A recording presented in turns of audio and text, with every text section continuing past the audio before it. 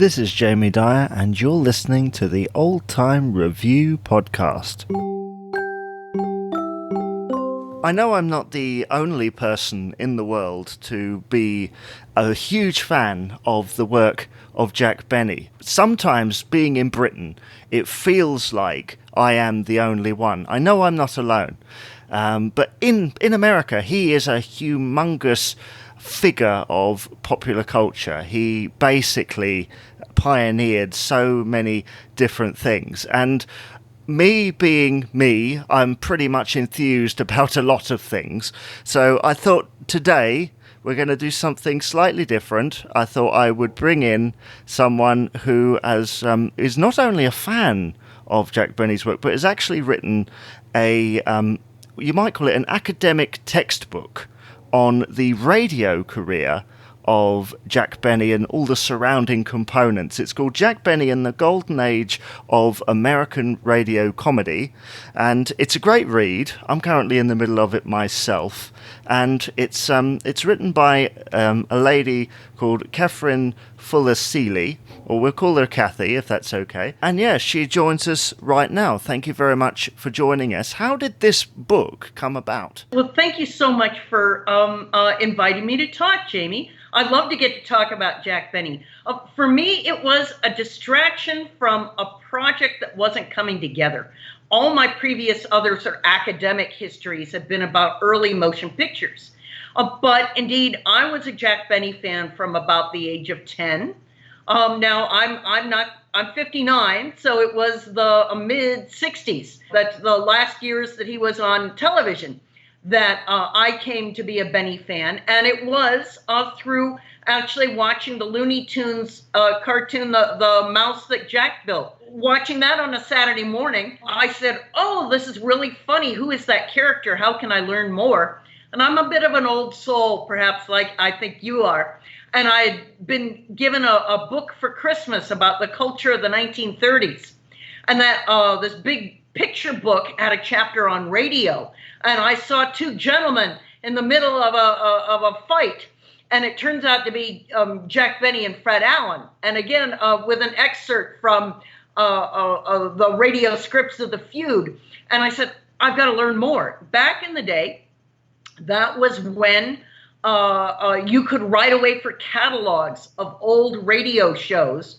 And I'd spend $7, my hard-earned babysitting money, to pick out 2 half-hour episodes on one cassette tape. Get them, force my brothers to listen to them with me over and over and over. And so I became a huge Benny fan just on a couple episodes. I laugh, indeed, that today a fair amount of the 900 episodes are available free on the internet instead of $7 for just 2. You know, on eBay, you can pay $7, and that's just for the shipping.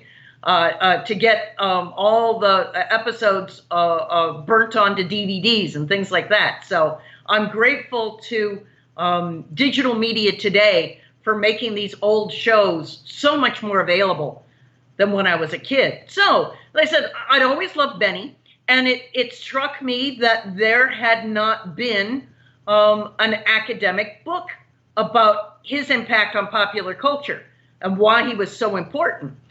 So I read all those books, the autobiography by Daughter Joan, Sunday night at 7, and other books that were written when Jack passed away, one by a ghost written for his wife, Mary Livingston, one by one of his writers, Milt Josephsberg, one by his manager, Irving Fine. And they're wonderful, but they were all written for people who grew up listening to the show. Feeling like a much younger listener who was coming to it later, a little bit like you, but I'll add on 30 years. I wanted to write as sort of rediscovering him. And instead of using people's memories, I wanted to go and try and understand how the entertainment business and popular culture back in the 30s and 40s understood Benny. So I wanted to do a whole lot of research, as well as listen to every episode and dig into every archive I could find. And it's been a marvelous journey. It took me about 10 years to do.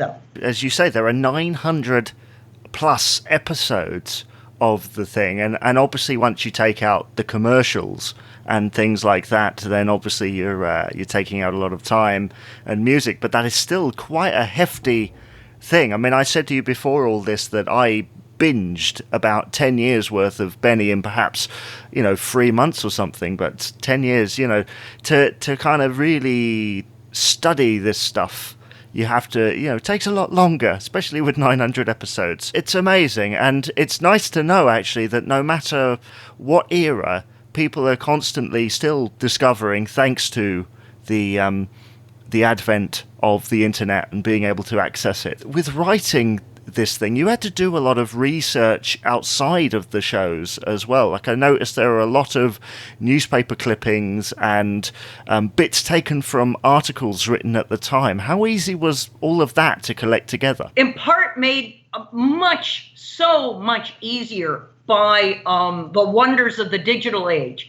Now that publications like Variety have been digitized, and you can search them for free. I can look for every single article that mentions Jack Benny, and then it's it's a deluge of things. But back 30 years ago, when I was researching my dissertation, I had to go to an archive like the Library of Congress and turn page after page and read the fragile newspaper copies, or read the microfilm and scan every page, hoping to see the name I was looking for. So in some ways, it was much, much easier to do now that in my pajamas at 2 a.m, I could do all these internet searches. But a lot of other things had to come from Benny's archives. And I'm very grateful that he donated papers. About the time when he retired from his regular television show, he donated papers to UCLA. So I've made numerous trips out to Los Angeles to look at his papers there. A funny story is that after Jack died in late 1974, and then Mary passed away, their daughter Joan went to go, clean up the house, the estate, and donate the rest of his papers that had been at the house.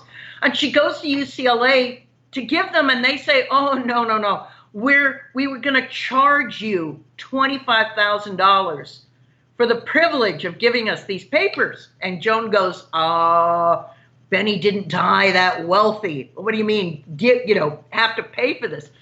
And just at that moment, a new archive was starting at the University of Wyoming in Laramie, Wyoming. And the new director of that center said, "Ms. Benny, we will pay you $25,000 for the privilege of housing and archiving this collection." She said it was not a difficult decision to make, but it meant half the papers are in godforsaken Laramie, Wyoming, far away from everywhere. Some were there. I found other things at the Academy Awards Library, things about Jack's film career. Other things, there are NBC radio network papers at the University of Wisconsin in Madison. There are other things. There were a few very long lost scripts were at the Library of Congress in Washington, D.C. So it was great fun to chase all over the country trying to find these things. So I can imagine that is quite some road trip. Did you ever make your way to Waukegan? That's the one place I haven't been yet. So it's on my list. Someone today lives in the house that the Kubelskis lived in when they were young. I'd like to see what the Great Lakes Naval Training Center looked like. I'd like to see the street where his father had his haberdashery shop. Last summer, I got as close as the state capital of Springfield, because that's where I could read the Waukegan newspaper on microfilm.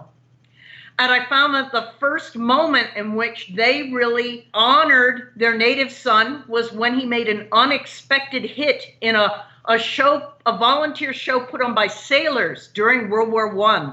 So just a little more than 100 years ago, when he first tried doing anything comic, Jack, the violin player, who'd been on the small-time vaudeville circuit for about 6-7 years, was drafted into the Navy. People at the large naval training base put together a show to raise money for building a medical hospital for the sailors. And this show traveled to Chicago and Milwaukee and Detroit and the other big cities across the Midwest. But that is where Jack mentions in his autobiography that he got convinced to take a small role in this show as a sailor, an orderly to an admiral. And he had a few comic lines, and he found he loved making people laugh. And it was so great to find in the newspapers that other people noticed it too. And the Waukegan paper says, our hometown boy, Benny Kubelski, is making a name for himself in this show, and we have something to be proud of.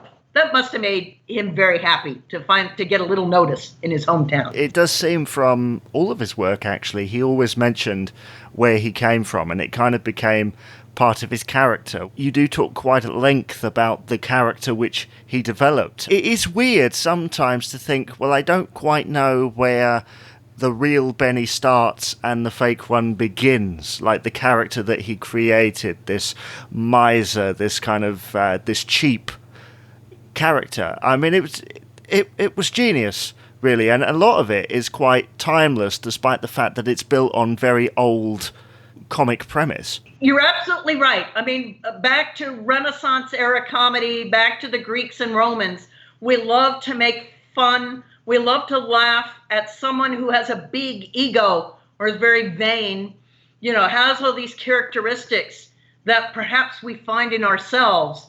But it's so much fun to see them pointed out in another person who is constantly cut down to size by his underlings or his employees. So it's the old rich man who his servants can laugh at. It's everyone has an uncle or some relative who, is always getting into scrapes. As I said, it's either some part of us that it's so much fun to recognize and laugh at someone else, or we all know someone whose attitude about themselves is far greater than what they deserve. So, as you say, it is brilliant because it's a timeless character, and also such a great idea of his to blend the real and the fictional, to use his stage name, in real life. The things on the shows talk about what he's doing after the show and before the show. And in a way, his radio show is more advanced or more complex than most any of our sitcoms today. You can't imagine the actors on The Big Bang Theory or Friends or or Seinfeld. Seinfeld a tiny bit, but you just can't imagine them breaking that fourth wall and talking about, we're just here making a show. And after the show, or, you've made a mistake, or things like that. There's always this sense that most other television shows are a production. And what never ceases fascinating me about the Benny radio show is that it so seamlessly moves back and forth. It can be very much a show. It can be very much we're standing around a microphone and we're telling you that we're reading lines and that we've dropped the pages. Again, fascinating. And perhaps it's because that make-believe of radio, that perhaps if we had to see it in person, it would be more difficult to move back and forth between the sort of reality and fantasy levels. But the show has taught me so much about appreciating sort of comedy and performance through the ether, through the air. And I think that links to why podcasts have taken off so well. What the great success you tell me, hooray, that you're having with your program. They're so portable. They're so easy. They can be so intimate. I'm so glad that our new media technology, i.e. podcasts and streaming media, is appreciating entertainment through the ear again. While it doesn't start with Benny, he certainly perfected a lot of the things. I mean, some people say that he invented the sitcom, and I can't remember where it was I read it, but prior to him and Fred Allen even, a lot of writers on radio were just literally buying joke books and just reading them out one by one, just giving one-liners and making situations out of that. Whereas Benny, through his mistakes, through his own life, through everything they basically chucked everything at the wall and said that is going to stick. And that is what is amazing about it, is that he basically invented the sitcom, because it wasn't just people giving one-liners or people reading out old and tired jokes and stuff from vaudeville. I mean, I think it might have been Benny himself that said he used up about 5-10 years of vaudeville material on like 2 weeks of radio shows or something. Exactly so. I'm so excited that to be a publisher is publishing all those early scripts of the first 4 years of the show, for which we don't have recordings, because you can see it happening. You can see the first show where he's in front of the mic and he just tells one of his routines. And you can see it on the second show. And then you can see where he starts to pull the band leader over. And the band leader has like one line, hello. And then you can see by the fourth show where Jack is in a panic because he's run out of all those vaudeville monologues, and he's hired a writer, and they start creating these conversations. Yes, Harry Conn. Yes. So I'm so excited because that Benny fans and other interested people are going to be able to see these scripts. And just as you say, throwing everything at the wall, you'll see even the more mistakes or missteps or experimentations they do. Benny's early commercials were outrageous, and his sponsor was horrified that Benny is bringing in bestiality, is bringing in cannibalism, and the sponsor wanted only nice and uplifting things associated with their product, and they're horrified.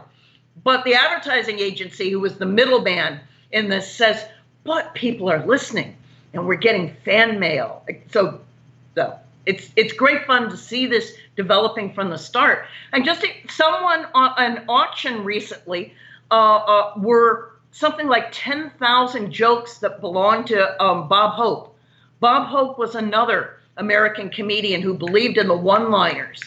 And he had an enormous joke file of 3x5 cards with all these separate jokes written on it. He could pull out a handful, change a few words, and that was his routine. So just as you say, it really was an achievement to have Benny start doing something different, making it conversational humor rather than joke, set up joke. So. Yes, and it's funny you should mention Bob Hope there, because the British equivalent, Bob Monkhouse, was very much, into collecting jokes and finding jokes, and I believe he did actually do a little bit of writing with Bob Hope, as did Bob with a lot of British writers, and a lot of them attribute their love of comedy in the first place for hearing, from a British perspective, Benny in Britain during the war, when American services were over here and they were playing them on the Armed Forces Network and that sort of thing. It is important to realise that Benny is not just an important figure in American culture. He's also very much responsible for a lot of things in British culture. I mean, if you've ever heard of Hancock's Half Hour, it is basically Benny. It is basically Benny. It's about a radio star doing a radio show, but in a slightly more British sensibility.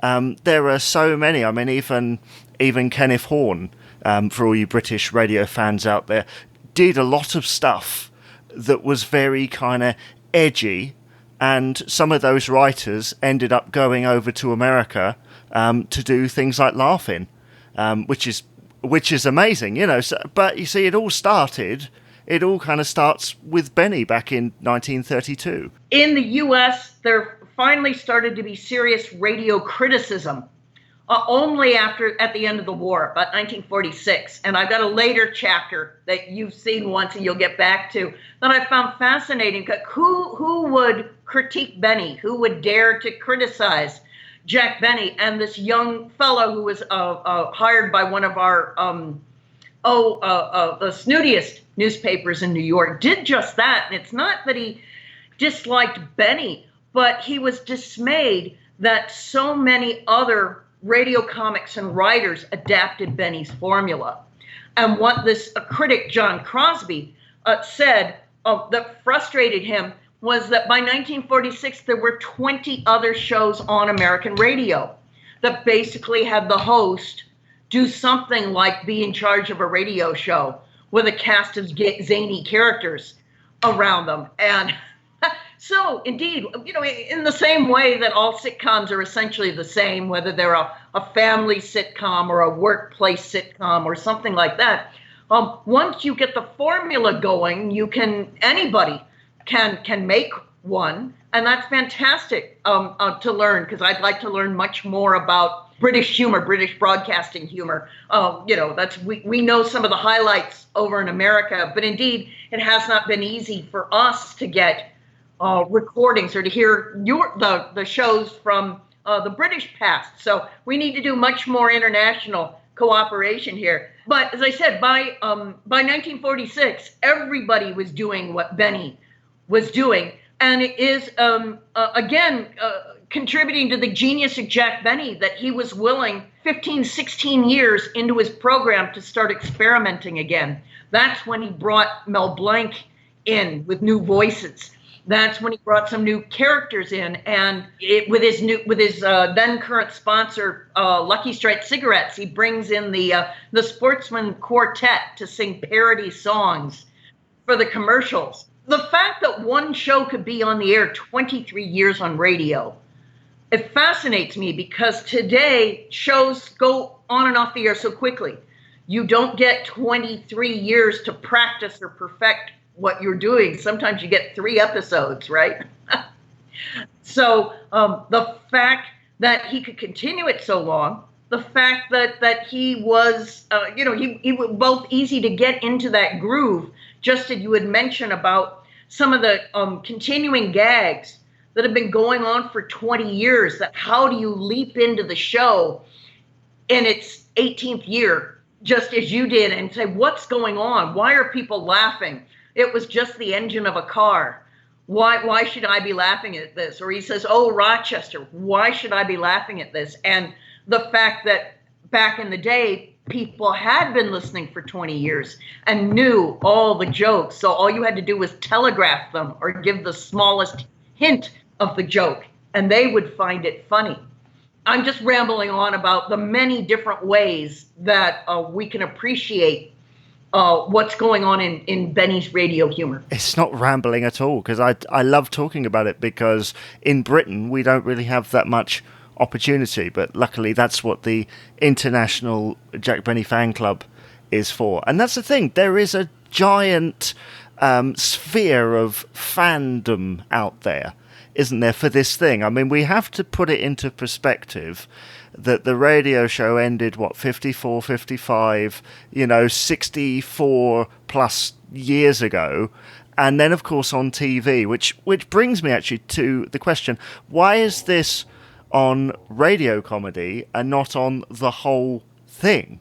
I mean, I understand that the book would probably be about 4 times the length, but... That is one good reason.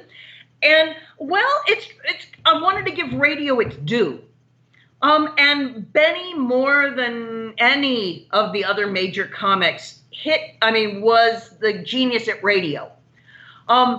Indeed, it would be a separate book, and someday there will perhaps be a separate book. It was curious to learn that Benny was terrified of going into television, that he delayed the process 3 or 4 years past when other major performers were leaping into the new medium. He knew he had a good thing. He realized how much of his humor depended on oral through the ear wordplay, and it frightened him. He didn't want to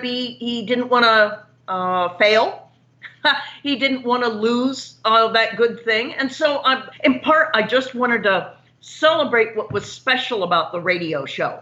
And indeed, when I was writing the book, I had never had the privilege of seeing very many of the television shows because I did not grow up in towns where they were rerunning it on local TV stations. So I deliberately did not watch any of the television episodes while I was writing the book because I really didn't want to contaminate it. But it has been fantastic to watch them now and to say, how did he continue radio methods to listen? In fact, that's what I do with my undergraduate college students. I will play them a routine that Jack did on radio, and then I will play the same routine from a television version and ask them to say what's similar and what's different, to appreciate how Jack and his writers and the fellow actors and producers made the television show more visual, but also how they were, because on television, we take oral stuff for granted. We're so busy watching that we forget that the listening stuff goes to the background while we're paying attention to the visuals. And so it's great to try and make undergraduates aware of that. As I said, luckily my undergraduates are now fascinated by the new podcasts and things like that. So they are far more interested in oral things than they would have been 10 or 15 years ago. So, as I said, it's a very successful experiment with the students. But of course, when I start my class, I go, how many of you have heard of Jack Benny? And of 200 students, one. When I start the class, we'll say, and luckily by the end of the class, I'll have a number of them go, wow, I'm going to listen to more radio episodes now. This is yay. So I make a few converts. That is great to hear. And a couple of examples that come to mind right now of radio and television episodes that are basically the same thing. Shout Factory released a load of lost episodes on DVD a few years ago. Managed to get my hands on that. There is an episode on there where Jack goes to visit the Colemans and stays for dinner, and they've got a British guest there. And I have to say, that is a tradition in our house. Like every New Year, we will sit and watch that episode now, because it's such a beautiful thing. And the fact is that the radio episode, I think, was done about 2 or 3 times, several times. So then when they bring it to TV, and instead of setting it in the present, they set it in the era of the radio show, just so that they can bring Mary in and all these other elements, so they don't have to change anything, which I think is wonderful. They don't have to bring anything in. It just brings this timely but timeless quality to it. That's one example, and the other one is from much later, about 1970, where Phil Harris is a guest, and they do the whole "That's What I Like About the South" thing, which they were doing 20, 30 years previously. And it's amazing how you mention about visual, bringing some visual in. Literally, all they've brought into the visual interpretation is a map. That's it. Just a map. Where is Do-Wah Diddy? Where is it? On radio, you think he's just shouting at him. It's just funny anyway. But this visual thing of, okay, I'm seeing a map. He's asking where it is in relation. He's thinking of it in a geographical way, whereas it's kind of slang. He doesn't understand slang. It's a word thing. So it's very, very clever. Those are just 2 examples that spring to mind. See, but that's as I said, the joy of both sort of fanish love and slightly more academic analysis is that look how deep we've been able, through your marvelous example, to think about what made it funny. What about that visual element of the sort of reality versus, pulling our attention indeed to where a tiny town called Do-Wah Diddy might be on the map. Just as you say, it turns the joke from one thing into another. And I find I have students who are screenwriters, and media makers, and they learn so much about, instead of just doing something broad and obvious, how much details can improve the humor. of something by making it sort of more delicate or more small or more refined. With your marvelous example of the meeting, going over to dinner at the Colemans, I love the fact that on the radio version, we hear Jack break Benita Coleman's precious glassware, and we have to imagine it. But in a way, it wouldn't be as much fun to see that happen. So the one I've shown the most is another one that they repeated several times when Jack barges into a movie star's house and she's going to perform a play. So it's on radio. It's like Claudette Colbert is either with Basil Rathbone or Vincent Price. And they're rehearsing a melodrama that Jack boorishly thinks he should take part in. And so the scene is actually set at the movie star's house, at Claudette Colbert's house. And Jack is at his most boorish. And the radio version involves Jack cracking walnuts and distracting them from the acting and taking the small part of a butler and interrupting. And it's brilliantly funny on radio. But then to see when he adapted it to television, by this point he had Irene Dunne as the actress and Vincent Price was able to continue for the roles.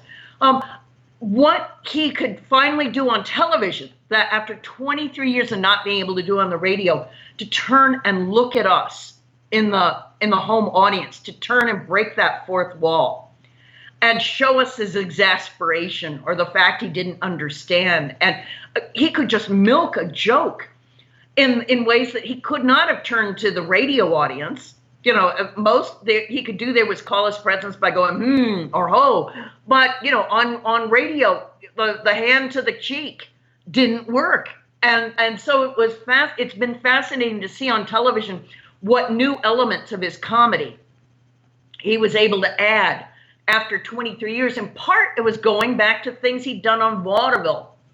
On the vaudeville stage 30 years before. So I wish I could have been in his head in the early 50s and then unfortunately what we don't have, we've got finished scripts, but we don't have the notes from the writer's room as the writers were drafting a script. I so wish we had those things. We've got a couple descriptions in, say, Irving Fine's book on Benny or Milt Josephsberg that talks about the process of writing the script. But there's still so many things I don't know. I would have loved to, he said, hear the writers bat around. How are we going to develop this joke? Oh, let's throw that out. Oh, what if we tried this? Both in radio and in television. I'd still love to know more. Considering the amount that was preserved, which is possibly more than any other radio or television show from the era, it's surprising that doesn't exist. Yes, and yet it's not surprising because it was considered, if you can imagine all the radio episodes up until about 1949, 1950, all the radio episodes were done live. They were never going to be rerun. It was like yesterday's newspaper. There was no point in keeping it. It was always, what are you going to do for me next week? What are you going to do for me next week? So I try to understand that there just was no point in keeping these things. They didn't know they were writing the show for posterity. I'm grateful that we even have scripts. Mary Livingston took her script, and after she finished reading each page, it dropped to the ground, and they would sweep them up and throw them away. So I'm grateful that we have anything. I tell the story in my book that the one thing I'd hoped to be able to find were the answers to the I Can't Stand Jack Benny contest. I had so hoped that there would be boxes somewhere. And I hunted and hunted and hunted for them, and eventually found a small discussion where in Variety, where Jack says, no, we wouldn't want to keep them because, you know, all the ones that weren't very funny would just be kind of ugly. I can't stand Jack Benny because of this or that or the other. So I wish I could have seen more of the best ones.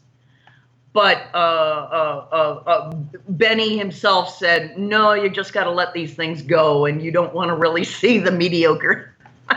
entries. So that brings me on really to one of the last things that I wanted to discuss with you is that why does all this matter now? I mean, you mentioned that you introduce your undergraduate students to the world of Benny. Why is that important? Because the thing is, I initially heard episodes from 1940, and a lot of them were riddled with little bits of racism, little bits of this or a bit of that, stuff that is not exactly acceptable in today's medium. Granted, a lot of it was kind of swept under later and improved upon, and even Benny himself has admitted that they didn't know any better in the days in which they were recording this stuff. But really my question to you is, why does it matter? Oh, great question. And for many reasons, she argues, please, it's important, pay attention. Like your fantastic comment about, no, listening to it is a part of the past. And I think we have to be able to do better and learn more today. I think we've got to understand that the past was very imperfect, that even the most well-meaning people didn't think twice or three times about saying things that could be quite racist. We have this fantasy that once we learn to improve, once we learn to be more generous and equitable in our thinking about society and life, that it's fixed for all time. And yet, as so many things going on in America and the world show, oh no, you think you've squashed racism like you've killed a disease? It'll pop up someplace else.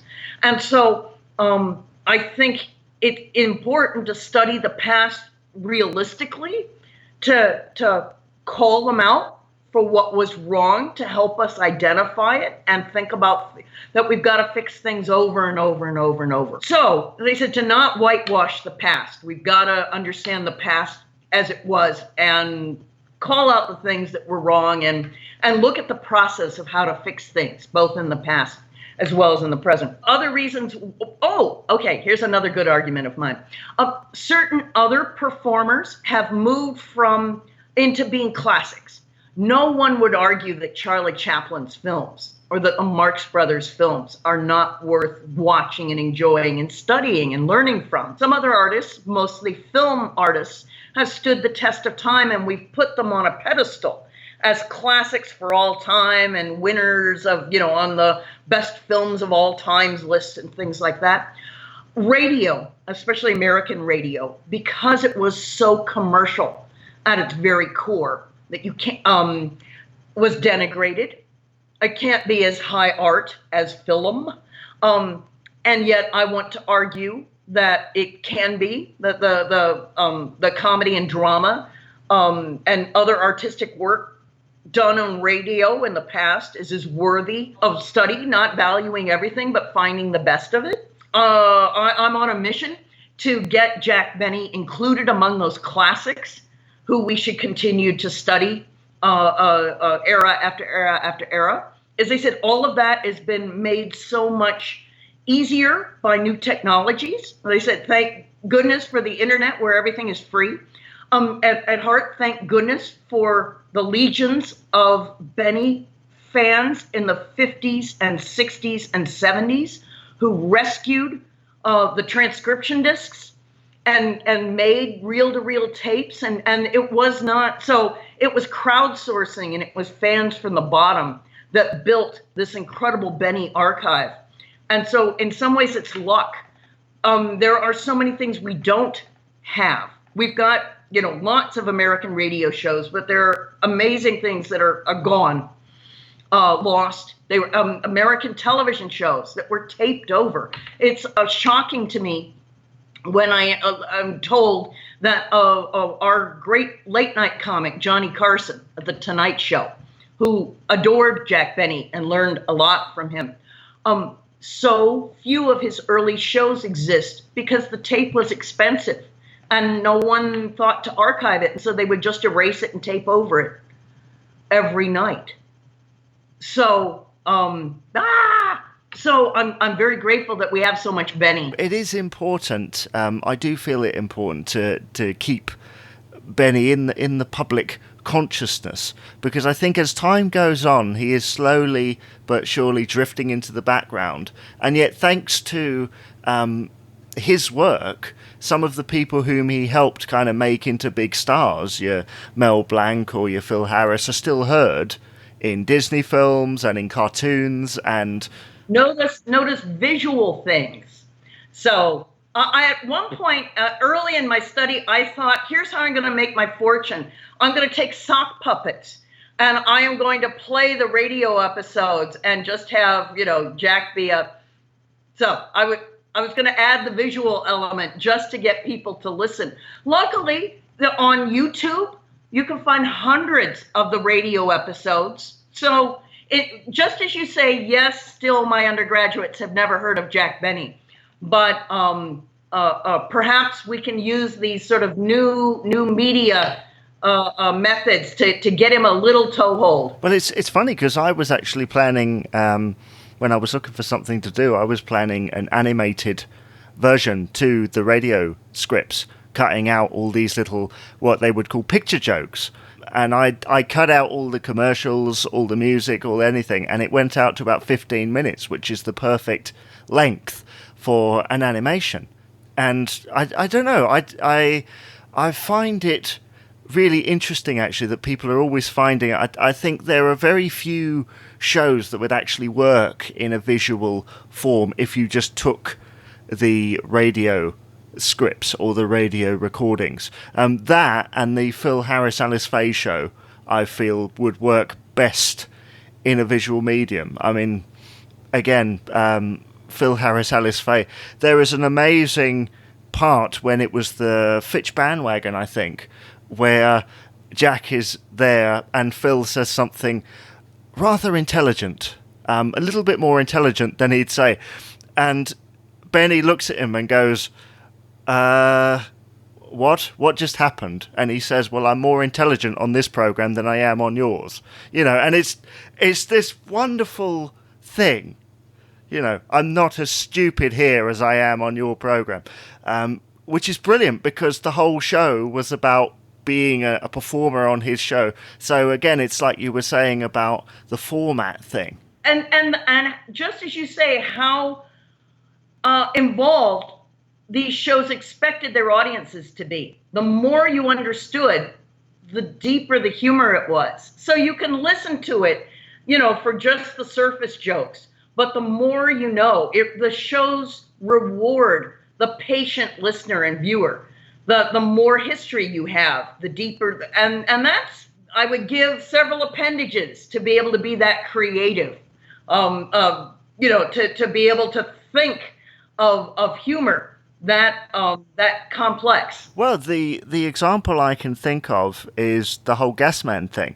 That was a thing for about 2 or 3 months, I think, and then about, 5 to 10 years later, that's what happened to the Gas Man.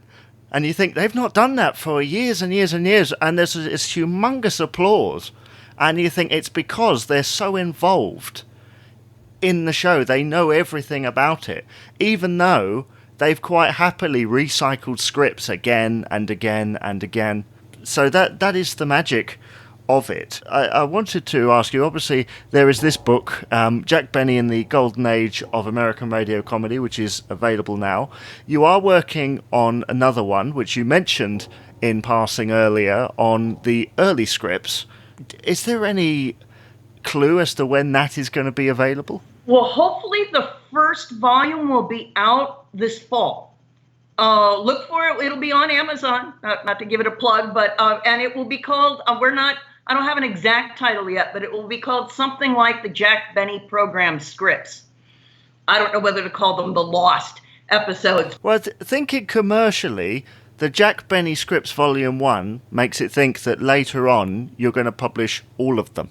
Oh, you bet. Well, so we've worked out a deal with the Jack Benny estate to cover the ones up through where recorded versions exist of the start of the fall 1936 series.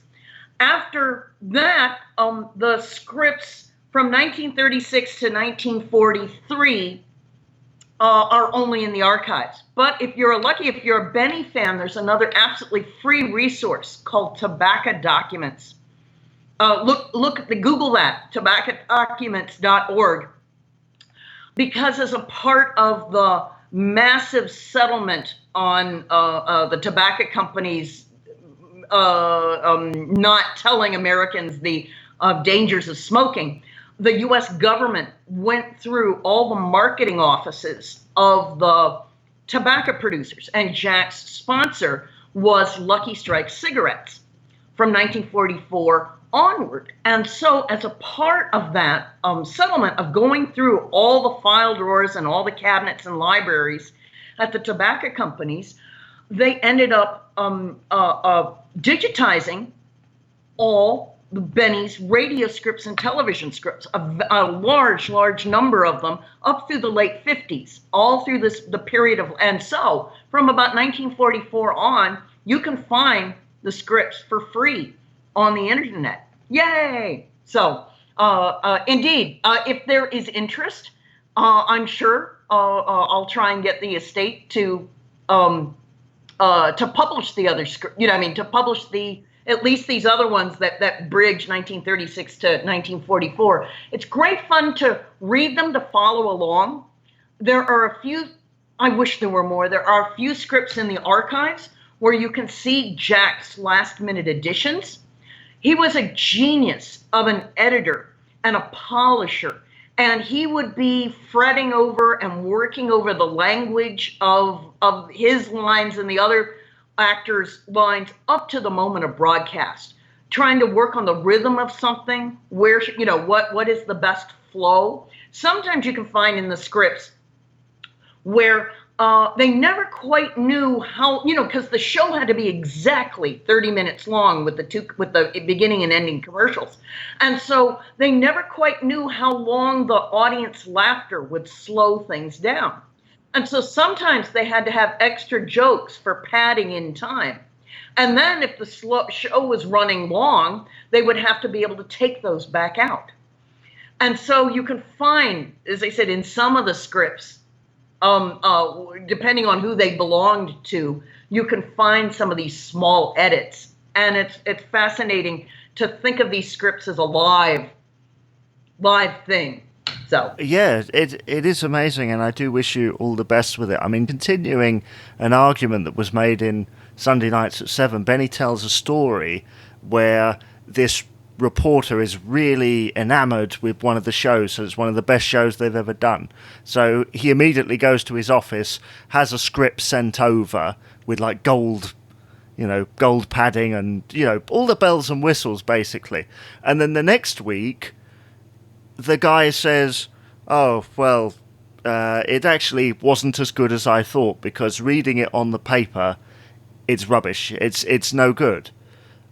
And Benny makes the argument that it's how the actors say it, and it's the way it's delivered. Exactly so. That was a marvelous moment to find, and that was that same radio critic, John Crosby, the young enfant terrible of radio criticism in 1946 and 1947, who did that. So, indeed, to make the radio script funny, you need to put in your head the voices of the actors reading it. And as you say, so that's the work we as readers have to put into these scripts. Sometimes they're funny just to be funny, but otherwise you just have to imagine what this pause would mean, what a grunt would mean, what a way of expression, a delay, or a yelling, or something like that. Well, I for one certainly look forward to doing that as a reader. But thank you so much, Kathy, for coming on today and talking about Benny. It's so refreshing to be able to actually discuss it at last, and I'm so glad that you're able to come on today. Oh, well, thank you so much. It's a joy. And as I said, I hope people will enjoy seeing the Jack Benny become his character on these early radio episodes. It's great fun. So. Well, it is, yes. And we'll be putting all the links to your current book on the website and everything else. But thank you very much, Kathy. Thank you, Jamie. My pleasure.